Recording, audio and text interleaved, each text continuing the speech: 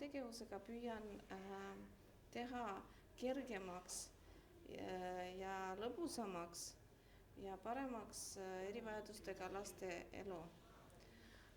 Kaasuvalt kaasame selle tegevusse ka terveid lapsi ja see on põhiline eesmärk.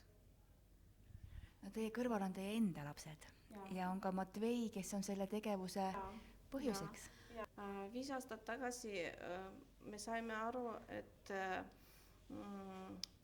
palju asju, mida Matvei vajab, kas ei ole olemas või nad on väga kaugetes linnavalitsuse või riigi plaanides, aga oodata ma ei tahtnud, kuna laps vajas abi ja vastavaid teenuseid just momendil, siis ma otsustasin, et mitte käia ja nõuda midagi oma lapse jaoks, aga püüda ise teha ja luua tema jaoks need teenused, milles ta tunneb nagu vajadust.